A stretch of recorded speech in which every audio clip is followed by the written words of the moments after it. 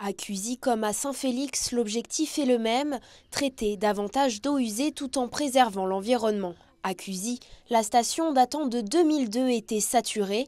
Grâce à cette nouvelle unité, la capacité de traitement est triplée et le procédé plus naturel minimise l'impact écologique.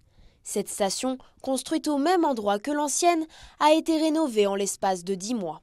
La station précédente était de 2002 et bien sûr avec une équivalence de 700 habitants, il est évident que l'accroissement de population d'une part et aussi les filières de traitement nous ont incités à refaire une station à 1800 équivalents habitants pour répondre au développement du pays d'Albi.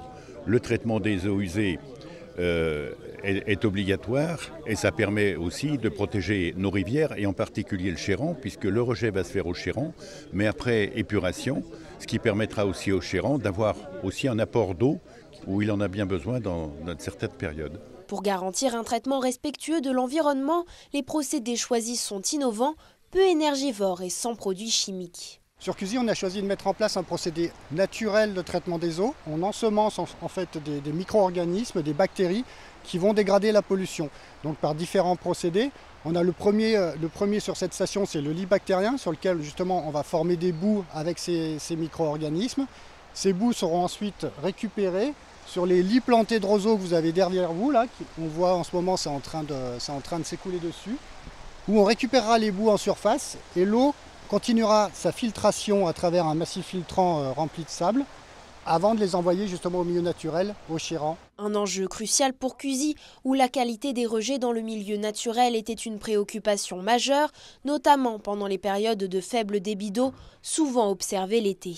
Les enjeux sur Cuzy, c'était surtout par rapport au rejet au Chéran. Le Silin et la DDT ont vraiment travaillé ensemble pour qu'il y ait un rejet au Chéran qui soit le plus pur possible, de façon à prendre en compte les étiages qui, l'été, sont vraiment faibles sur le Chéran. C'est vraiment cette particularité-là sur lequel la commune a été attentive. La station peut désormais traiter 200 mètres cubes d'eau usée par jour avec une capacité qui peut doubler en cas de pluie importante.